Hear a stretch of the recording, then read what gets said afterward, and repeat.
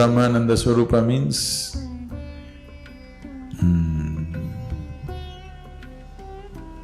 Swarupa means the image or a reflection of that, image of that rather. Brahmananda means ultimate joy or ultimate bliss. So this is the image of ultimate blissfulness. Isha means boundless. Isha means that which rules. Jagadisha means it's like enforcing that, saying that. Jaga means existence. Again, Isha means, Jaga, Desha means the one who rules the existence is ultimate blissfulness. That's what it is saying. The same thing is said in a different way. Akhilananda Swarupa means… Akhila means everything. All-inclusiveness is Akhila, that which is everything. He is the image of that, he is Mahesha. Mahesha again means an auspicious ruler, which is the same thing. Or it is also… Shiva is also referred to as Mahesha. So you must understand this. This is a tradition which is not a history, which is a her story. Okay? This is not a tradition of history. We are not looking at this thing, oh, you said Mahesha, or you're talking about Shiva. That's not how it is. Anything auspicious in the world, all those names we will give to Shiva. Shiva has 1,000,000 names. And we say ultimately he is nothing. Because he is nothing, we can call him anything we please. If he was something, we could have only called him one thing. Because he is nothing, we can call him whatever we want. Everything that we like, we call as Shiva. Shiva is called as Bhairava, means he is very fierce one. Shiva is called as Sundaramurti, that means he is the most beautiful one. Shiva is called as Bhuteshwara, which means he is the master of the 5 elements, or another meaning is he is the hideous one. So like this it goes on. Shiva is called as the most intelligent, Shiva is called the most simple and innocent, he's called Bholenath. So whatever we like, every name you can attach to him because he's a nobody, he's nothing. Because he's nothing, we can call him whatever we want. So in this context, the mantra is just that. The meaning-wise, it is just saying it is ultimate ecstasy or ultimate blissfulness, which is the Lord of the existence. That which rules the existence is ultimate ecstasy. So this particular thing, this particular chant that we did, we have consecrated it. You utter this and see what it does. Has anybody done it for a certain period of time by yourself? Anyone? What does it do? Huh? It is supposed to take you towards ultimate blissfulness. You can just use this as your sadhana. 24 hours if you can chant, that's your sadhana. It'll take you there. Nothing else, simply chant. It will just take you there because the sound is consecrated, it is energized, it's alive. It's not just sound. If from nada to nada yoga, that's the difference. You can consecrate the sounds. As you consecrate objects, you consecrate spaces, you consecrate certain sounds. The moment you utter the sound, it creates some completely new reverberation altogether.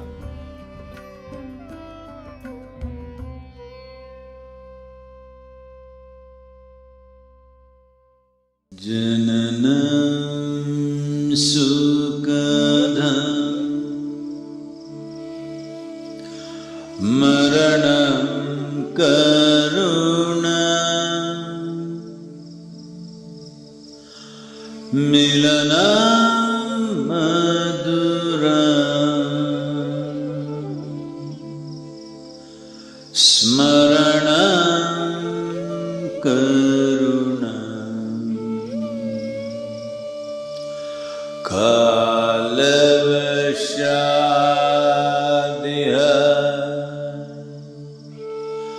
sakalam karuna samayadipate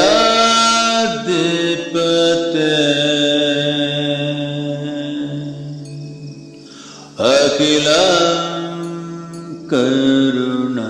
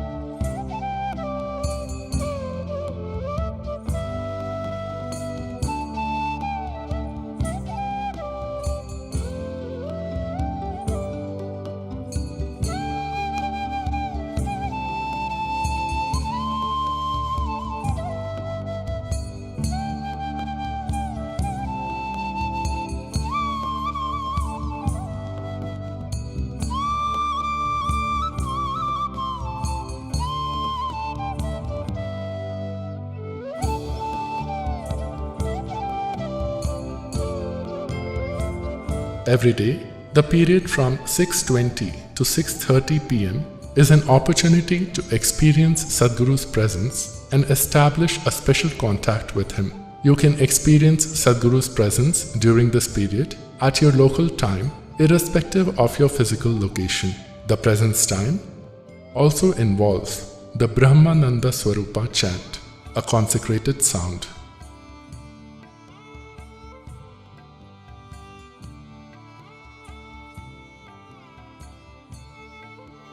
Here, the yoga center, we invested a certain amount of energy, a phenomenal amount of energy, that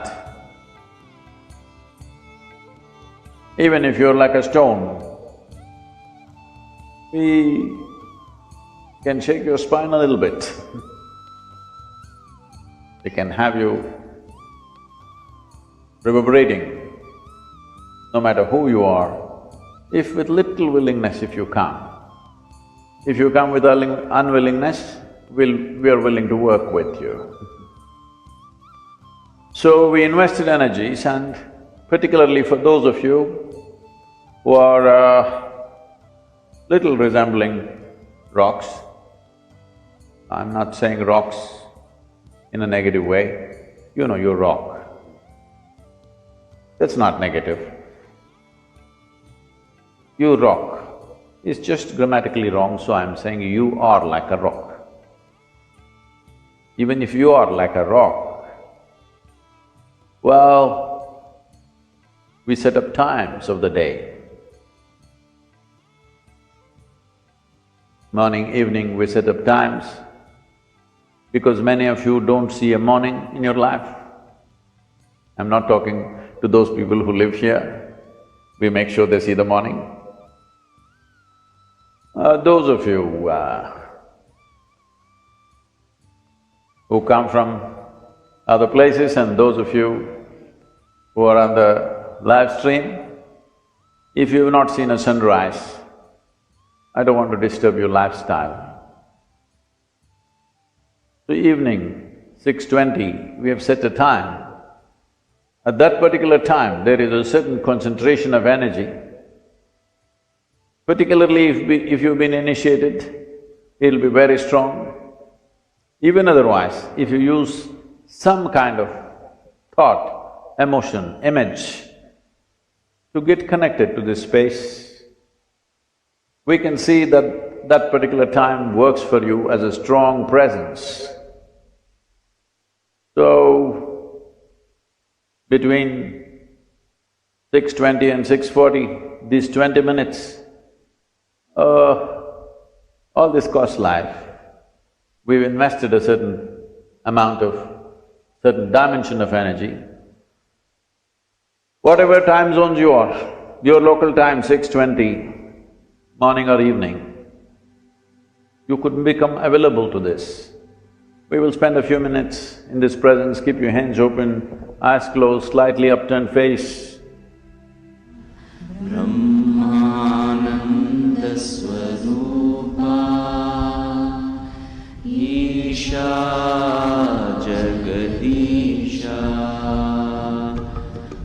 अखिलानन्दस्वरूपा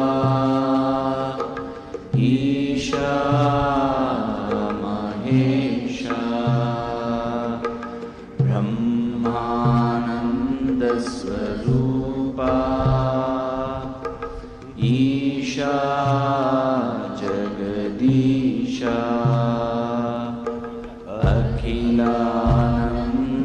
अखिलानन्दस्वरूपा Isha Mahesha ब्रह्मानन्दस्वरूपा Isha Jagadisha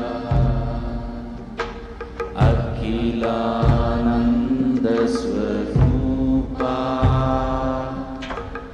Isha Mahesha ब्रह्मानन्दस्वरूपा Isha Jagadisha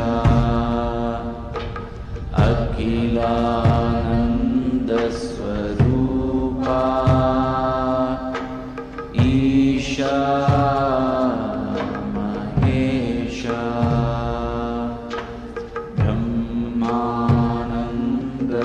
ब्रह्मानन्दस्वरूपा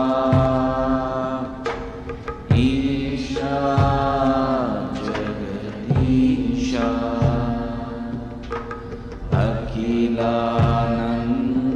अखिलानन्दस्वरूपा Isha Mahesha ब्रह्मानन्दस्वरूपा Isha Jagadisha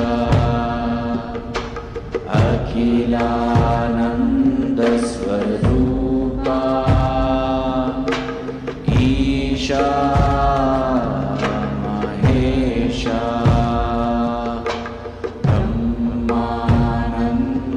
ब्रह्मानन्दस्वरूपा Isha Jagadisha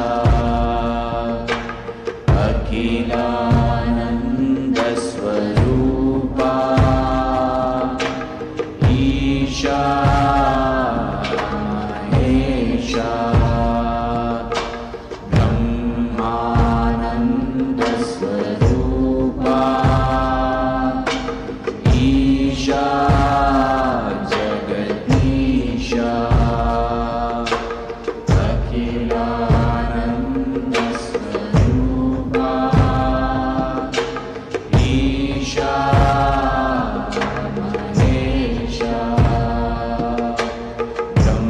Mahesha ब्रह्मानन्दस्वरूपा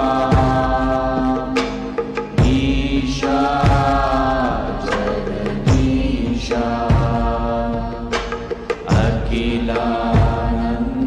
अखिलानन्दस्वरूपा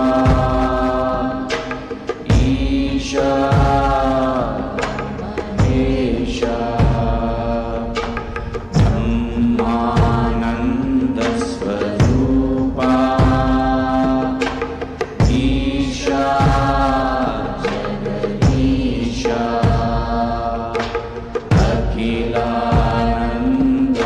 अखिलानन्दस्वरूपा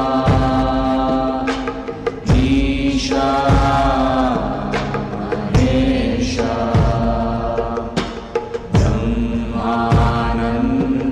ब्रह्मानन्दस्वरूपा Isha Jagadisha अखिलानन्दस्वरूपा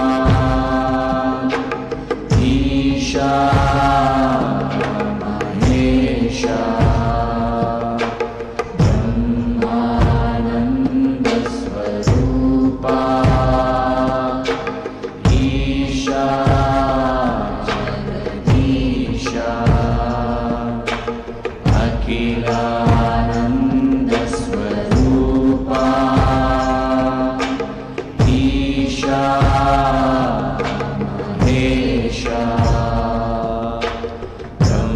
Brahmanandasvarupa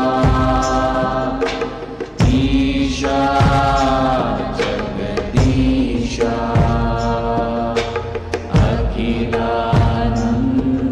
Akhilanandasvarupa Isha Mahesha Brahmanandasvarupa Isha Jagadisha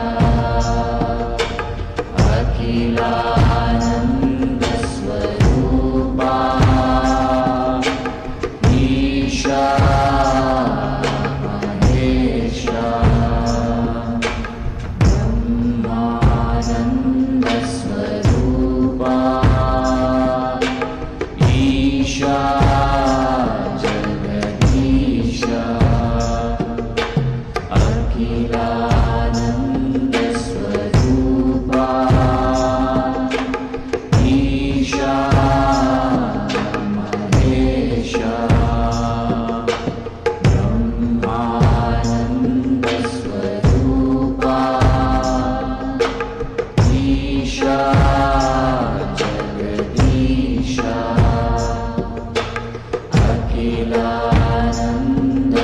Akhilanandasvarupa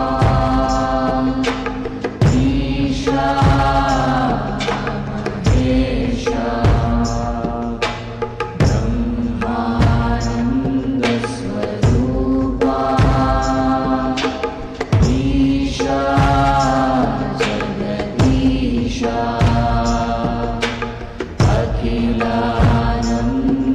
Akhilanandasvarupa Isha Mahesha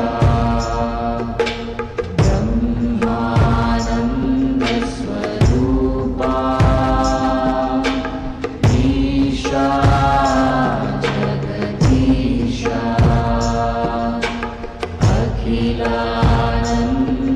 Akhilanandasvarupa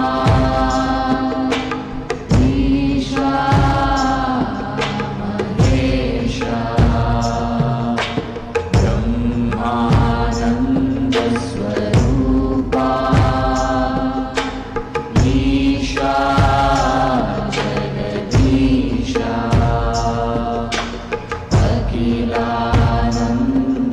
Akhilanandasvarupa Isha Mahesha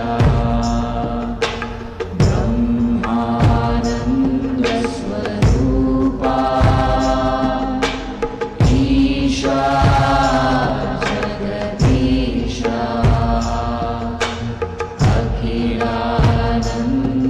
Akhilanandasvarupa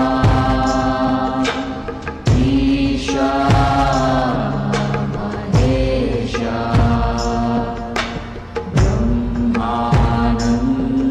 Brahmanandasvarupa Isha Jagadisha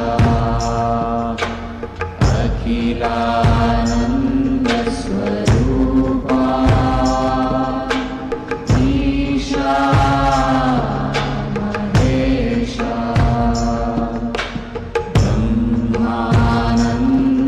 Brahmanandasvarupa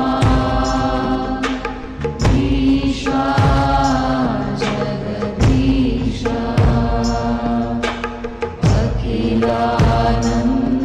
Akhilanandasvarupa Isha Mahesha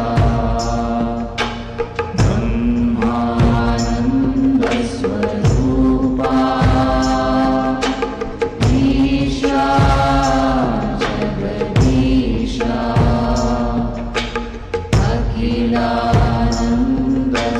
Akhilanandasvarupa Isha Mahesha Brahmanandasvarupa Isha Jagadisha Akhilanandasvarupa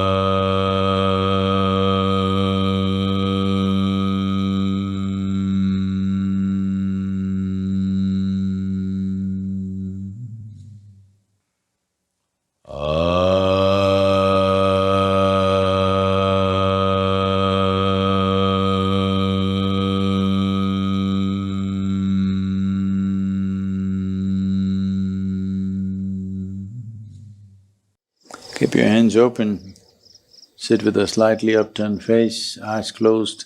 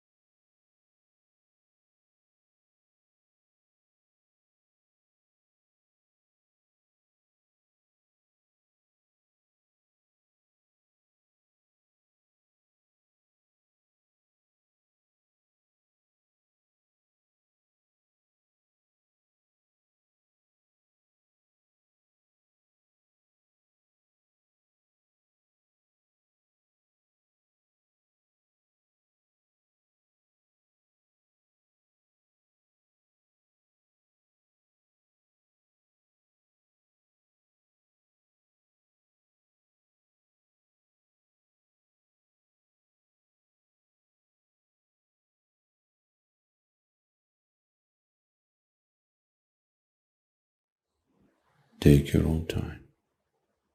Take your own time. Slowly, very, very slowly, open your eyes.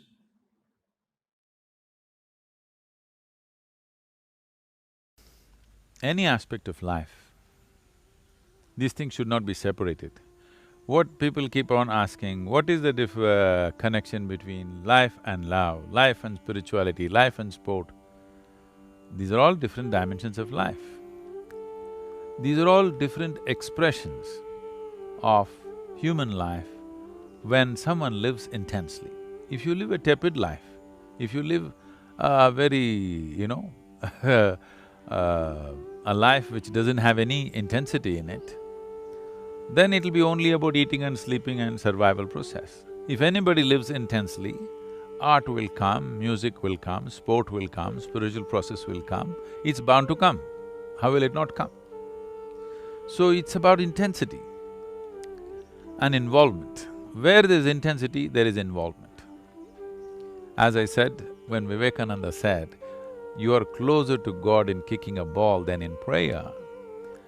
See, if you become practiced in your prayer, you can be praying and managing your children, you can be praying and thinking of 100 different things. But in kicking a ball, if you think about anything else, it'll not go where you want. You must be absolutely there, otherwise it won't work. So it is the intensity and involvement.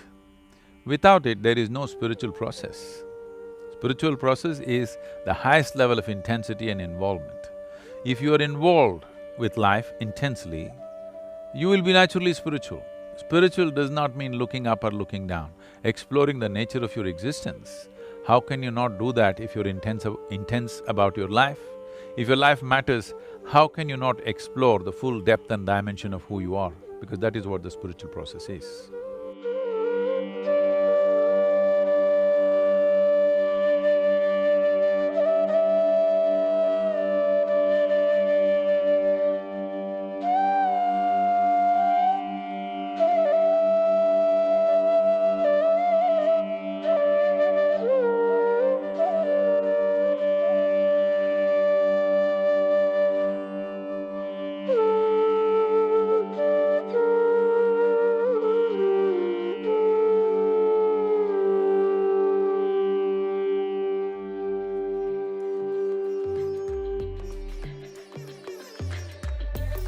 Thank you for watching this live session till the end.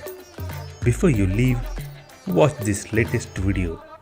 The link is in the description.